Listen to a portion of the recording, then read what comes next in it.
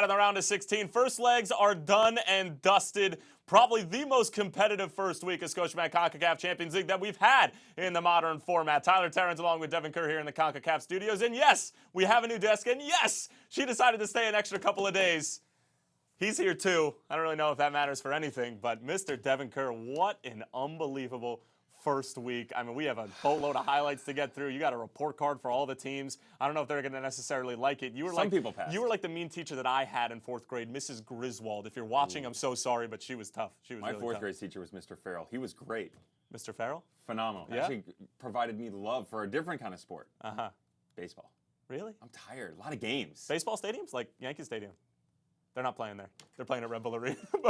Remember, you can catch the Concacaf Champions League show every single Monday and Friday, 5 p.m. Eastern Time, right here in the studios. Podcast, Spotify, Anchor. Games have been on the Fox Sports family of networks. TUDN in Spanish in the United States. Let's get right into it. Let's take a look at all the highlights, and let's start with Tigres and Alianza.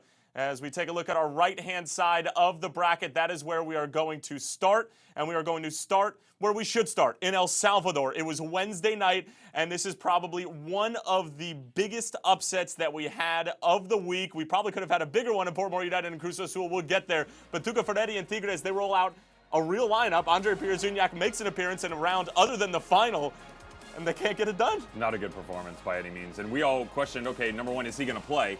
Number two, who's going to do it around him? Quinones didn't come in until, the 70th minute or something like that. So there was a lot of moving pieces for them. They had a massive amount of chances. And I looked at you and I said, dude, this game was just weird. Pizarro was all over the place. Yeah, they got out in front early and they get the 1-0, but that's pretty much the highlight of it all because it only took about 12 minutes to get back in. Points to the penalty mark, 100% bottom corner, 1-1. Felipe Ponce from the penalty spot in the 47th minute.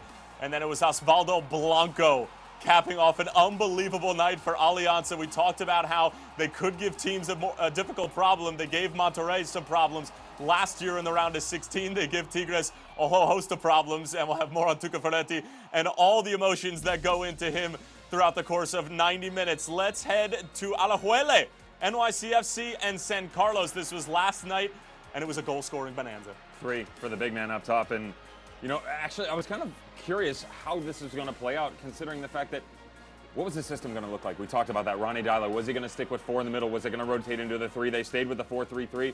James Sands looked nice. Look, I think NYCFC overall, they did decent. They should be proud of the fact they put 5 in the back of the net in general, yet alone the fact they did it on the road. The problem was it was very intermittent.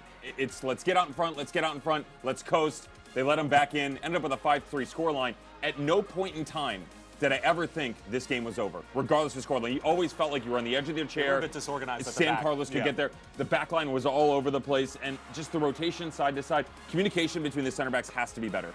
There was a lot of movement. At the end of the day, you get a win, so you're going back home happy. All right, let's head to San Pedro Sula and Estadio Olímpico. 5-3 was the final score between NYCFC and San Carlos, and this was always going to be an intriguing fixture. Olimpia, Honduran Giants, a lot of talent, but opening 6 minutes, it's João Paulo announcing himself in a massive way, the newest designated player for Brian Schmetzer. Awesome header. Stop this game after 35 minutes, and he is the greatest signing that this organization has ever made. He was flying all over the place.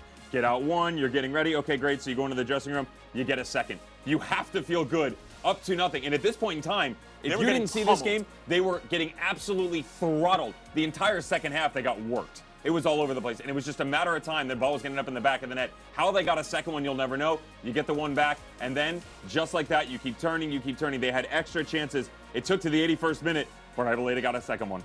Houston Arboleda, who in CONCACAF League in the fall was with Marathon, he scored that unbelievable worldly goal that was actually in your top 5. A lot of respect between Brian Schmetzer and Pedro Trolio, as the final score would be 2-2, heading back to the great state of Washington next week. Final match on the right-hand side of the bracket. Montreal and Saprissa. Debut for Thierry Henry in charge of Montreal. First half, you couldn't have asked for a better start. It's kind of the same thing that we saw out of the Olimpia Seattle Sounders game.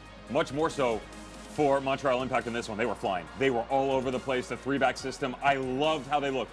I actually texted our producer in about the 44th minute, and I said, if you want to break down a game, this is the best half that I've seen any team from MLS play so far. I'll even go a step further.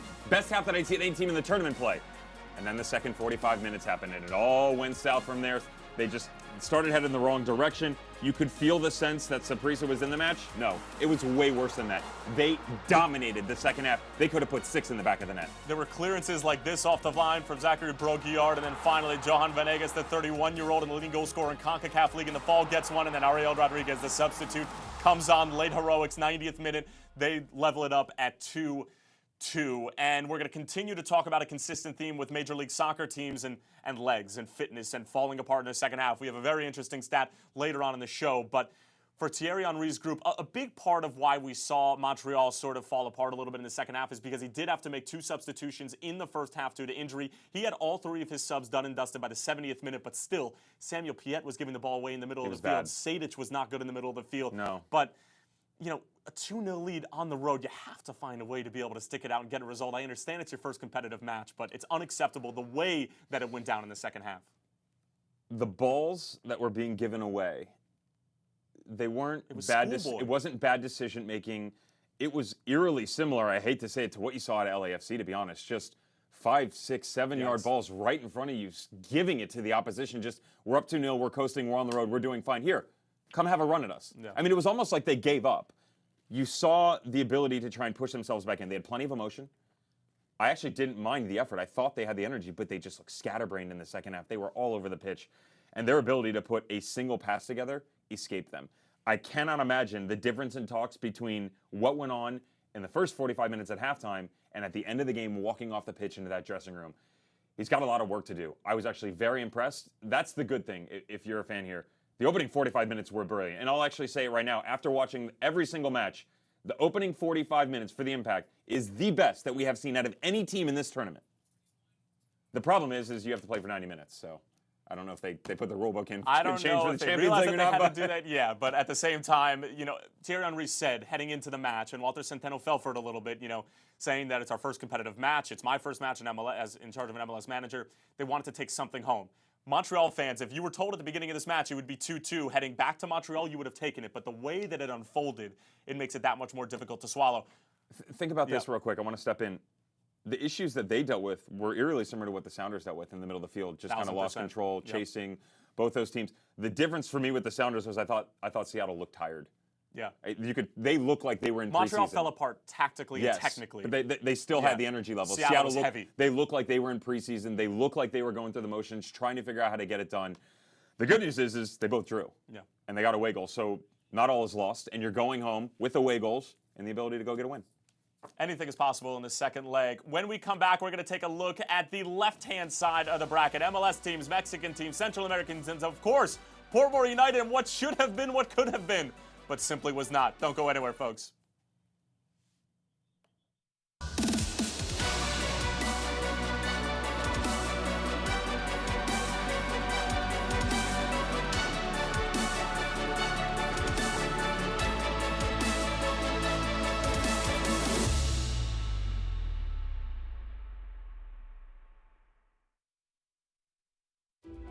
I went from maybe I can to I know I will.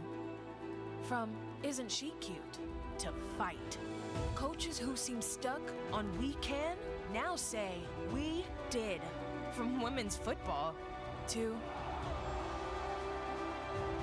every 90 minutes, I'm reminded we belong.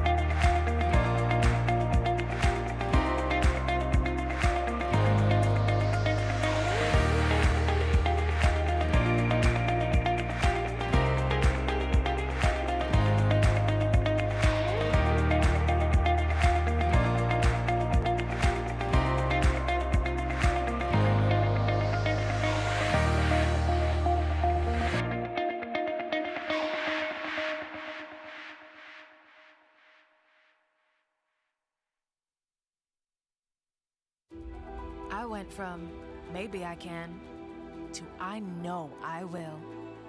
From isn't she cute to fight.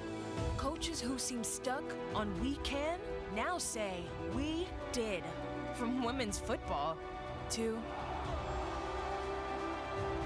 every 90 minutes, I'm reminded we belong.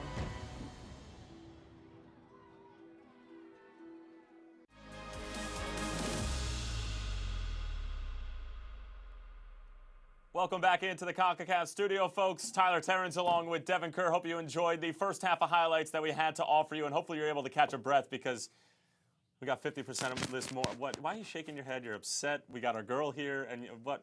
It's the weekend. It's Friday. I'm just upset at the results we're going to talk about. Why? I had high hopes. My bracket's already done. My bracket looks real good right now. Real good. My bracket doesn't look bad. It doesn't look good. Doesn't look good. No. I'll take the 2-2 Saprissa Let's draw. take a look at Let's take a look at the bracket before Devin sheds a tear. Left side of the bracket, folks, we've already talked about it. This is probably the most competitive side. And when I say probably, I mean definitely. Club America, Atlanta, LAFC, Club Leon, but one of those two teams is going to be out at the end of next week. Devin Kerr thinks it's going to be Leon. I think it's going to be LAFC. But let's start. And let's start where we should start. U.S. Open Cup champions, Atlanta United taking on Motagua, back-to-back Scotiabank Concacaf League finalists. It was a boring game for the first 32 minutes, and then it really heated up. And I'll tell you this, if Atlanta had played a Mexican team, they would have suffered the same fate as LAFC. Oh, it wouldn't have been 2-0. Would have been 5 or 6. Oh, it would have been 5 or 6 nothing. I mean, Mordera played well. Rigier had a night, and Brad Guzan, he had a fantastic night and this as well. is 60 seconds later, and we actually heard that Joseph Martinez was playing sick. They're calling this the Atlanta United flu game for Joseph Martinez. That's not happening. I actually thought it was interesting how we were told, and it didn't make sense to us, but this is what we were told, the rumblings coming out of Atlanta United camp, was that Emerson Heineman was going to play a more kind of restricted pullback role. That didn't happen whatsoever. No. He stayed up top right where he was supposed to be. Remedi, of course, dropped back next to Lorenowitz. They also look like a team in preseason, a team that really struggled, and we knew defensively there were going to be some issues going back and forth because Motagua is so good on the defensive side of the ball. Atlanta couldn't figure that out. I still think they should be semi-happy. There was a lot of fight, a lot of heart. You get an immediate goal or a response. Yep. Immediately. I mean, you're talking 90 seconds, which is funny because everybody kind of crowned Joseph Martinez on the goal. If you track back 10 seconds, it's one of the worst touches I've ever seen. Sprays that thing 20 yards in the air, they bring the ball down. Then it's beautiful movement. Yeah, Pitti and Joseph go Absolutely. back and forth, yeah. Crown your goalkeeper. He was great. If Brad Guzan is not there, forget the Mexican team. Motagua will score 4 or 5 against them. He was fantastic. And this is why you gave a 35-year-old a 3-year contract extension. That doesn't happen unless you're a legend, and that's exactly what Brad Guzan is, and he kept them in that tie. We'll jump into that a little bit more when we do the report card, but yeah, it was an interesting one, and I think all of these games were kind of the back and forth, a little bit boring at times, to be honest. Yeah. Just like Comunicaciones and Club America. Mm-hmm. So. All right. Well, let's talk about Club America and Comunicaciones, and of course that one was in Guatemala on Wednesday night, and not exactly the result we were expecting. Miguel Herrera is not happy about it. We didn't get goals until the 81st and 90th minute. Club America had to dig their way back into this game and get a 90th minute equalizer from Cordova. They were able to get it, but it was not a good look for both Tigres or Club America, who by far were the favorites heading into this competition. It's boring, I'll say it. This was one of the more boring games that I watched, and it wasn't because the guys weren't putting forth an effort. There were efforts here and there and a couple chances, as you'll see, but it was just tactically, it was slow. Guys were slow to respond. There wasn't a lot of imagination from either team in the final third. Finally, Gordillo breaks through in the 81st minute, but as you mentioned, Cordova, 90th minute. And literally, Comunicaciones just sat back and almost let this happen. It was like, look, you've done so much. You've gotten here. You score a goal. You have 8.5 minutes to close the game out. Couldn't get it done. It's like what we saw from Montreal, what we saw from Seattle, what we saw from Portmore United. And what we saw from Portmore United was really devastating because this would have been the biggest result, not only in Portmore United history, but maybe the biggest result for any Jamaican club in the history of this competition. And they did well. They put pressure on Cruz Azul at times. And they get their goal in really bizarre fashion. This is a crazy sequence. Watch this. Off the crossbar, pinballing around. And you just have to feel for the Jamaican club because Ricardo Gardner's side did everything to win this game. And then 9 minutes of stoppage time, you give up 2 goals. And before we get there, they Yeah. had a fight. Yeah. And when we said the athleticism would show Oh, and up. they were going to hit them on the counter, and they did a couple of times. Doesn't on the goal. This is a beautiful place goal on the back post. I love it. Ronnie Smith, beautiful That takes a quick little deflection. turn. I don't know if a lot of people saw that. Don't care. You don't care? Don't care that it takes I a care. deflection. Okay. It was one of the more active movements he had up top all night long.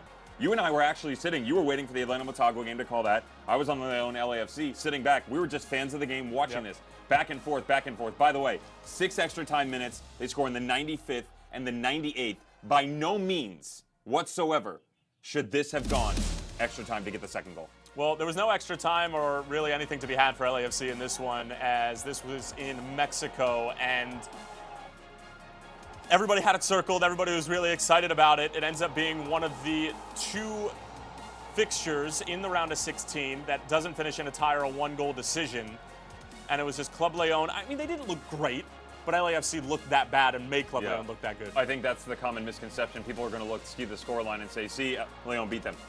They didn't play amazing by any means. If you had to rate their performance on a 1-10, I'd probably give them a 6.5 or a 7. Yep. The problem is LAFC had a 2 or a 3.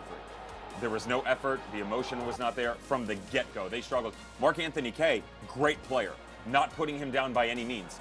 40 minutes into the match, passing at 60% passing accuracy. Now, those numbers came up, but for a holding midfielder who's playing your 8, who's stretching the game a little bit, alongside Latif Blessing, you have to be better than that. And they struggled everywhere. There were so many zones that were separated where it was literally 4 at the back, 3 in the middle, 3 up top. At no point in time did they spread it wide and challenge them in the middle a little bit. They kept it constricted. They really struggled to put all of those groups together. So when you got Vela up top, he would turn. Not even was their support coming. Rossi wasn't there. Yeah. Martinez wasn't there. So you're going 1v3, 1v4, and you're doing it 20 yards from goal. It got to a point 20 minutes into the game, he's just striking the ball from 25 yards out. I don't fault him for it. He felt like he had to do everything on his own, and why not when no one's there helping him? And so the key factor for them is settle down. Let's take a step back, slow everything down, because yes, it's 2-0, and you lost on the road. But you were on the road. Now you go home. You think the bank's not going to be rocking?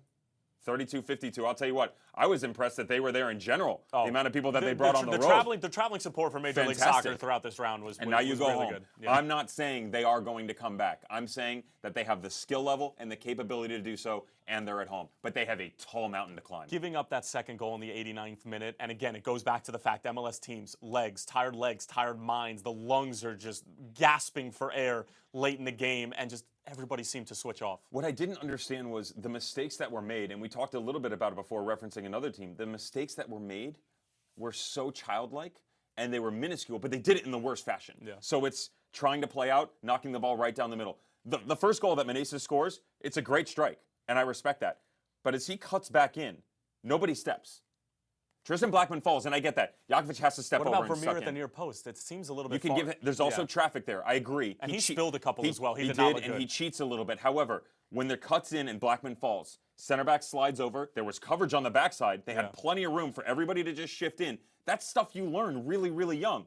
And this is something that we give them so much credit for. And it was just kind of one of those things. This domino falls, and every single one in the stadium fell. And I felt bad for him. I really There were a lot of questions as to whether or not selling Walker Zimmerman at this juncture, maybe waiting until the summer transfer window, was a good idea. And I think that we saw that they missed him along the back line, at least for consistency's sake and for cohesive sake more than anything else. 2 more. Think about this. Whether they had a project in mind or not, Jordan Harvey played the entire preseason as center back for them.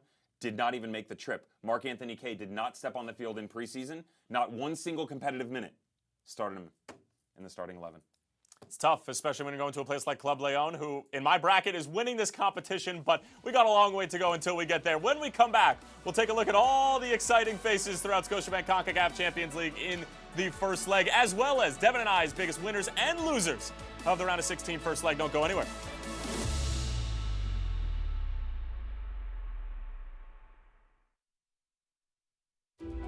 I went from maybe I can to I know I will. From isn't she cute to fight. Coaches who seem stuck on we can now say we did. From women's football to every 90 minutes, I'm reminded we belong.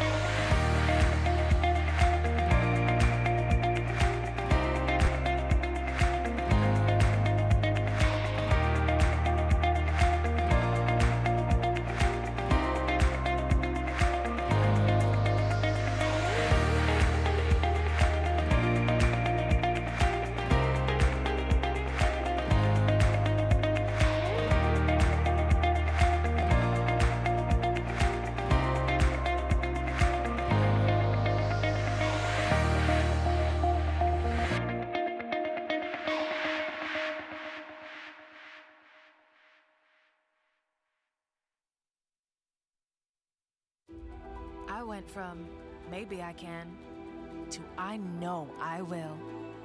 From isn't she cute to fight. Coaches who seem stuck on we can now say we did. From women's football to every 90 minutes, I'm reminded we belong.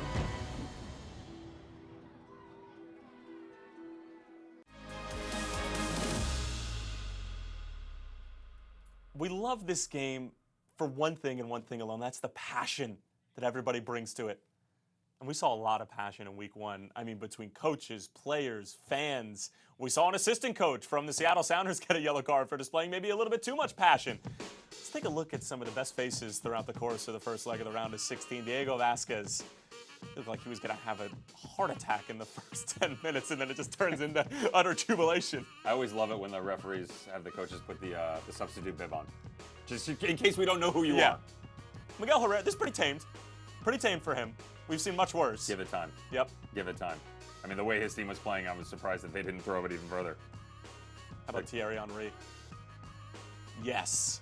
Give me all the croissants. Notice we're not showing him what went on in the second half. No, nothing in the second. Walter Centeno was not a happy man in the first half, I will tell you that much. Montreal were running circles around them. And the lead man for Cruz Azul. That's what happens when you get a 98th minute goal, that sort of passion. 98th minute. That's a Tiger Woods fist pump. 98th minute. 98th minute. No extra time. Just 98 minutes I mean, of football. Portmore was bad at the end. It's free football. But the 98th minute, that was... It's a little much. It's a little much. It's a little much. All right. More than a little much. So we're going to get into our biggest winners and losers of the round of 16 first leg, and we have some interesting ones. We're going to start with the losers because the winners need their due towards the tail end of this segment. Mr. Devin Kerr, I certainly have mine. Tell me. Tuca Ferretti. This isn't like, oh, that's the face you make when the waitress brings you your wrong dinner. This is, I don't want to talk to anybody. Really? I have to go spend the weekend with the in-laws? Oh, yeah. He just got kicked out of the club. Now he's in the parking lot yelling at the valet. Mom, I don't want to go to my room. He's home. Night's over. Night's over. Literally, their night was over. Got sent home early. Bad looks for him. You think they were the biggest loser? Well, Tuca Ferretti's the biggest loser. Okay, but not the team. And then this guy in the press conference, the guy who was pouting and sitting 20 yards away from his technical staff. I mean, it's unbelievable. All right. I'm going to switch it up a little bit here because I'm going to go the actual biggest loser is the team, Portmore United. This was one of the biggest upsets in the entire tournament. It was also the first game, by the way, so of course it was. Okay, great, here we go, 74th minute, Ron D. Smith, we're going to do it. We got 15 minutes to go. Deflection. Hold my water, because we are going to implode and give 2 goals in at extra time. To be fair, they didn't know they were going to have to play a 100-minute game. No, but this was simple. Look, if you're Ricardo Gardner on the sideline, you're going, please, stop doing. Do anything else besides what you're doing. Dude, they had so much possession coming down the stretch. All they had to do was step on it. Maintain possession. They were knocking strikes from 30, 35, 40 yards out. And I'm sitting here watching the game going, no, that's a joke, right? I mean, again, this is stuff you learn when you can barely walk. I mean, I learned it when I was still in the womb. Yeah. I mean, that's neither here nor there. Portmore United, what could have been biggest loser. And not like the TV show. No, it's not a just good bad. thing. No, they're bad. No, they're not bad. They French. had a bad 9 minutes of stoppage time. That's it. All right, let's get to the winners. Let's talk about something positive. Romel Kyoto, you talk about a guy who needed to have a game. His first MLS appearance since that incident against NYCFC and Motagua, since coming over from the Houston Dynamo. Scores an early goal, was great on the ball. His touches were clean. He is my biggest winner of the first leg of the round of 16. Montreal Impact take 2 away goals back home. They should have gotten a better result than the draw. But Romel Kyoto, good on you, man. I mean, really, you talk about the fortitude and the resiliency of the human spirit. I mean, this guy was done and dusted. I mean, he was training separate from the Houston Dynamo after that incident with Motagua. He did an amazing job. It wasn't a fun offseason, but it's turning out quite nice. I thought Yuka Raitala and Corrales on that left-hand side did really well with each other. They rotated back around a lot. When I actually saw you pick that, I was kind of upset because I thought about using that, but I went the other direction. I gave him a nod. Let's go with Atlanta United. More specifically, let's go with the main reason that they're going home with a 1-1 draw, and that's the big man, the netminder, Braguzan. He was lights out. 12 shots, 6 on goal, and a lot of them were at point-blank range, down to the bottom corner. He has one with about 5 minutes to go. Just outside the top of the 18, it squirts back in. It's going to the far post. Outstretched hand. You're going to see a couple views of it. Any single way that it came at him, he answered every single question and more. And that is why, for me, he's the biggest winner. I mean, look at these saves. Absolutely fantastic stuff. Defense not doing him any favors whatsoever. 4v2, all you have to do is step up. No, go ahead, unleash, and this is the one I'm talking about. Watch this quick little turn right here, bottom corner. That's the winner. Nope, sit down. This is a world-class save. I promise you. It's a great hit from Omar Elvira, I'll tell you what. It is a beautiful hit. The ball's got some nice rotation, but watch this angle right here. This is game over. That has highlight reel written all over it. That is the goal of the tournament if he doesn't get that outstretched paw on it. Braguzan, 35 years of age, was given a contract extension right before the start of this tournament. A 3-year contract extension for a guy who's closer to 40 than he is to 30. Making the same saves in the Open Cup, the reason they're here. Unbelievable stuff. Unbelievable stuff. All right, when we come back from the break, Headmaster Devin, who's sitting right next to me, is going to give a report card on every single team, all 16 of them, in the first leg of the round of 16. He was not very nice. I'm just going to give you a spoiler alert. Stick around to find out what they are.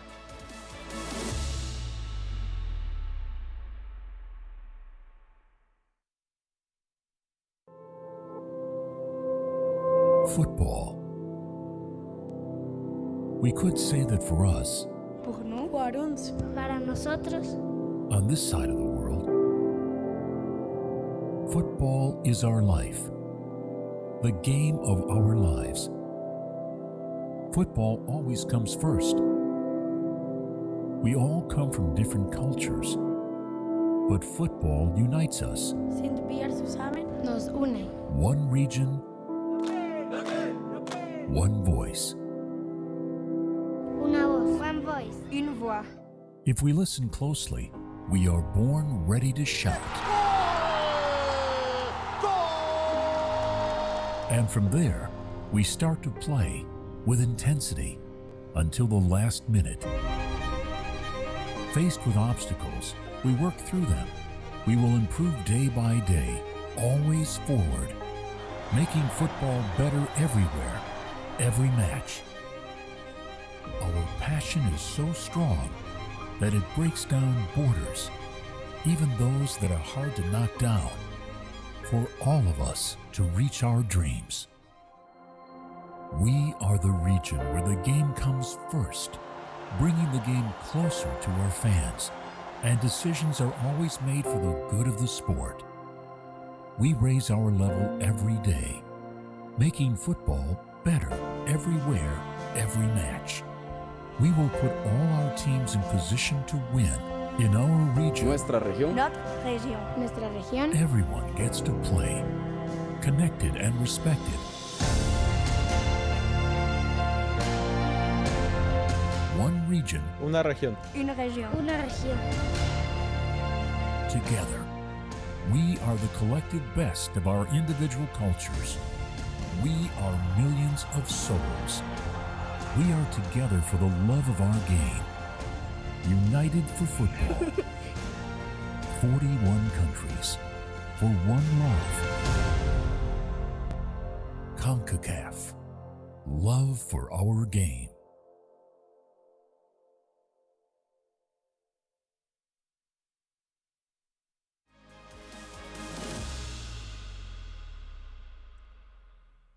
We all know that Devin Kerr did not do particularly well in school. Math only. Numbers. Devin Kerr did not do particularly well in school. I will say it again. But, man, if your mom's watching, I'm so sorry to I have had him good. like this. I had good. But at the same time, this guy knows what he's talking about when it comes to the tactics, and he saw every single game, and he is going to break down each team's performance. Be gentle. I'm going to try. Yeah. I felt like it's a pretty accurate depiction of what went on.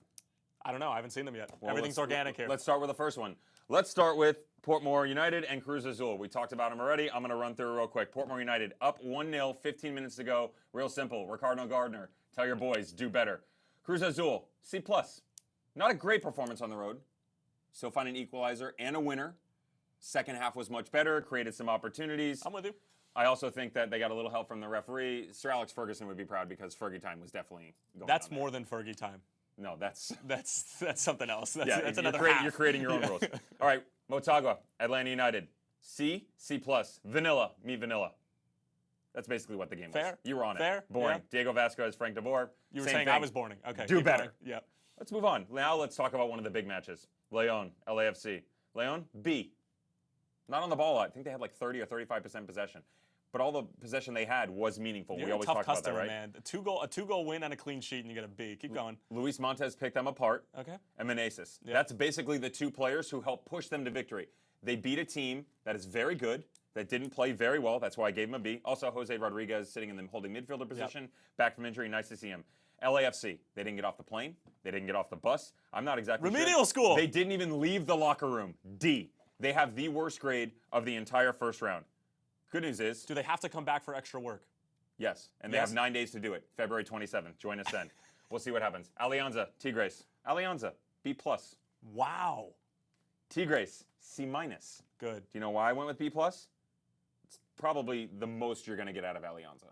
Yeah. Especially at home. Is it B+? Well, I'm just saying, if it was, I if it was know, 3 I to know. 4, if they didn't concede as well, Yeah. you know, giving up the opening goal at home, And not a that's good a look. C- for Tigres with a full complement of players. They did not look good. Gignac played in It around a was 16 boring. match. They did not look good. I told you the midfield was off. Possession was not good enough. Let's move on. Club America, Comunicaciones. Excuse me, my apologies. Again, didn't do well in school. Reading. Saprissa, Montreal Impact. Not terrible, not great. B-, C+. Do you know why B-? Yeah, because they utterly dominated the second half. It was amazing. Utterly second half. dominated. First half was rough. They did have spells in the first I half. think not Montreal deserves a B-. I really do. Great. Because They played one half of this game. It They doesn't- played one it's half. Thierry Henry's and you first played to win match, the game. you gotta draw. You let him off the hook. Nacho Piatti is no longer there, the all-time leading goal scorer in the history of the club. They find a way to get a draw on the road in Costa Rica. They deserve at least a B-. So it's a team that's out in front, Yes. 2 goals, cruising.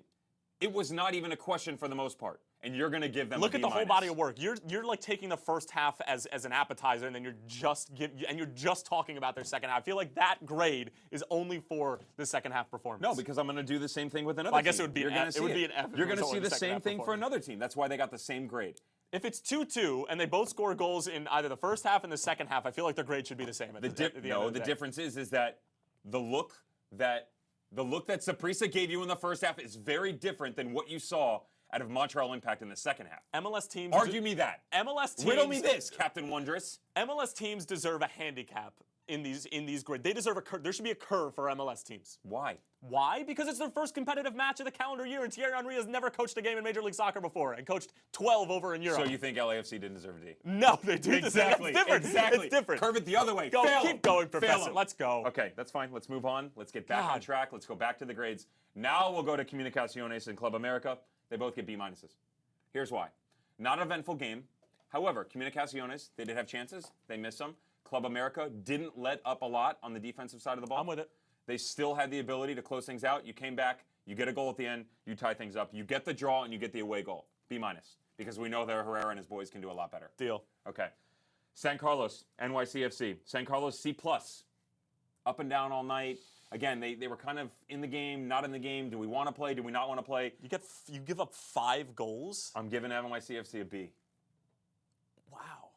I mean, that's fair. If I would've- San Carlos gets a C+ for giving up 5 goals? Yeah, they scored 3 on NYCFC. Oh. I mean, Let me ask you this. I don't know. Do you think right now that San Carlos is going to score another goal? They might get one. Yeah, that's why I gave him a C+. You're going to build on the future. Give me Stay on Seattle. your side of the desk. It's brand new. Let's break it in. Last one, and I'm really curious to see how you feel. It's going to be quick on this one. Olimpia, B-. They were the more dangerous squad all day. I think we can both agree on that, especially in the second half. Second half was obnoxious. But you can't give up 2 early goals.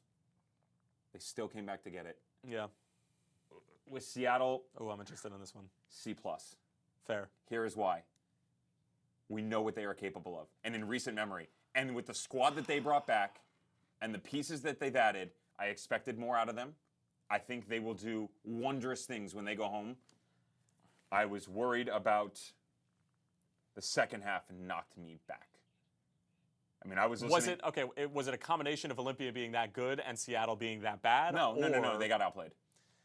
Okay, but I think that I can make the same argument for the Montreal Saprissa game that I can make for this No, game. Montreal was bad. Okay. Do you want to talk about the boys in the middle again? No, I don't, because Exactly, I saw we don't need to call it. out I was names. there. Think about I wasn't this. there, but Seattle in the second half. Yeah. For the opening 15, 20 minutes, had to give up possession, had to chase. That doesn't mean you played bad.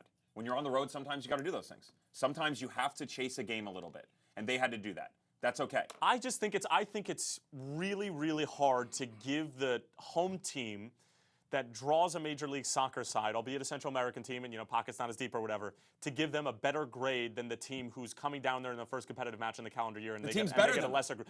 I don't disagree with that, but you have to look at everything in the whole and all the intangibles and all the outside factors, not just the fact that that's like saying a team on a scale of 1 to 10, a team that's a 7 and a team that's a 10, just for fun. Yeah. The team that's 7 gets a pass because they've been playing, and the team that's a 10 is at the preseason, so we're giving them a pass. Yes. If that trophy wasn't so hard, I would hit you with it.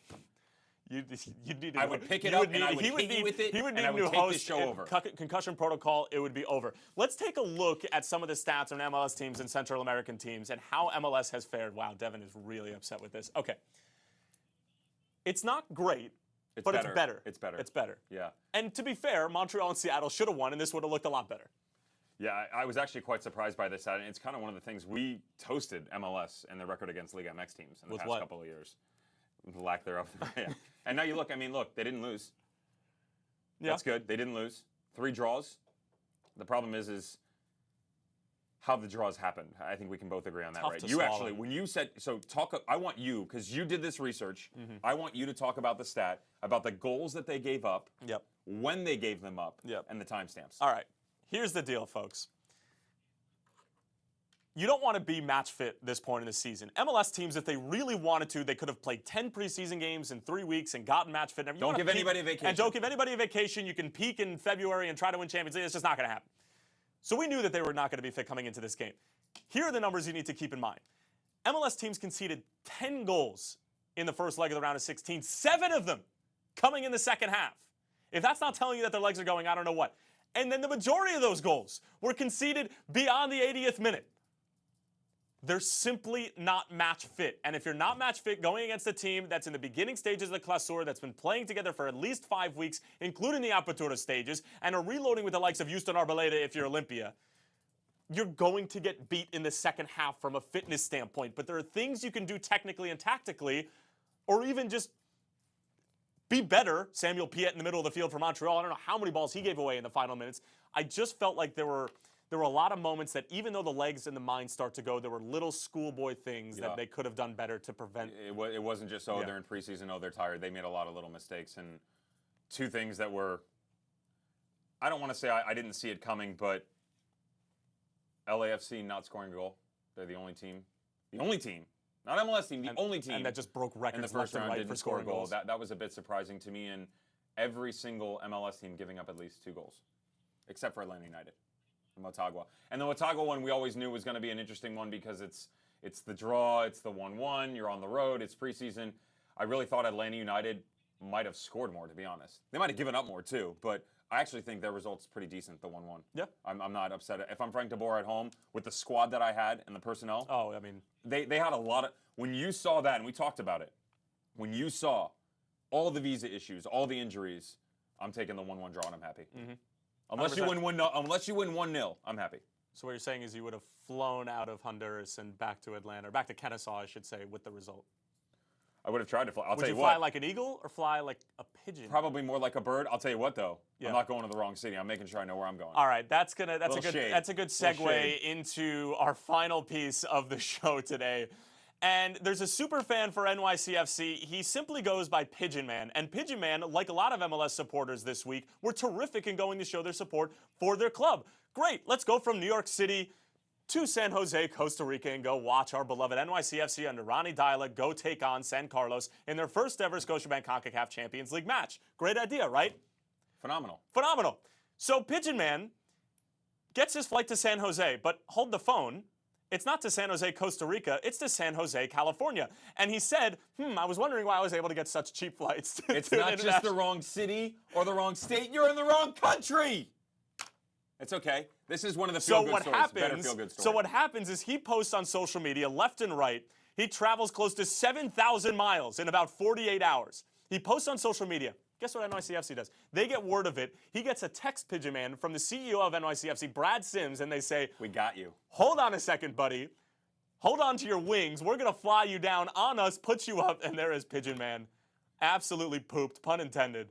And this man, I mean, all the credit in the world to him. I actually like when he comes on. So the first video, or the first picture we show you, actually, it's a pause still video, and it's him going on it starts off as a really sad rant, and he talks through it. He pulls himself over. He gets the rental car. He's like, I can't do anything about it. He didn't have the resources to get down to the game. So he's like, you know what?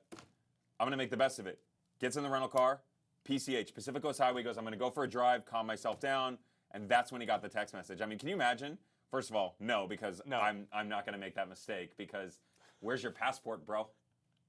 Did you ever think about that when you checked in for a flight? That you only had to show your driver's license. You didn't have to show your passport. Even pigeons need documentation, my man. Even you're going from New York to Cali. You better believe you need documentation. By the way, that pigeon in the graphic, that's not a New York pigeon, because anybody who's been to the city knows that those Yeah, I know. pigeons are grotesque. I mean, those pigeons are massive. That was a Foreshadowing of a vegan Minnesota organic. Loon next year in the Whoa. Champions League? What are they winning in order to get there? Open Cup.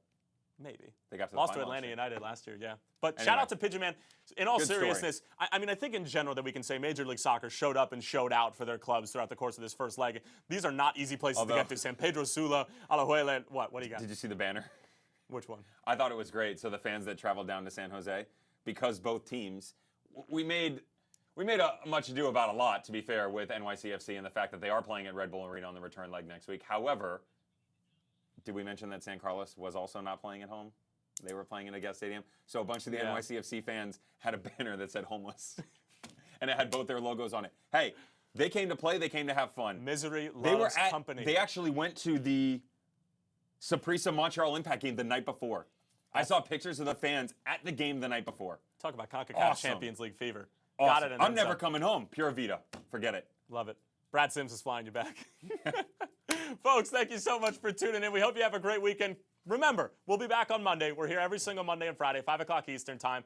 Every single CONCACAF digital platform. You can watch the games on the Fox Sports family of networks in English in the United States, TUDN in Spanish in the United States. If you want to listen to us on podcast, by all means, head over to, Spotify and Anchor. I do this every single week. Do you think I should Use have your it down words. by now? Use your you words. think easy over there, given every single MLS Math, team no. less than a C- or whatever it was. But folks, have a terrific weekend. She still might be here when we get back. We can't make any promises. We love you. We'll talk to you later.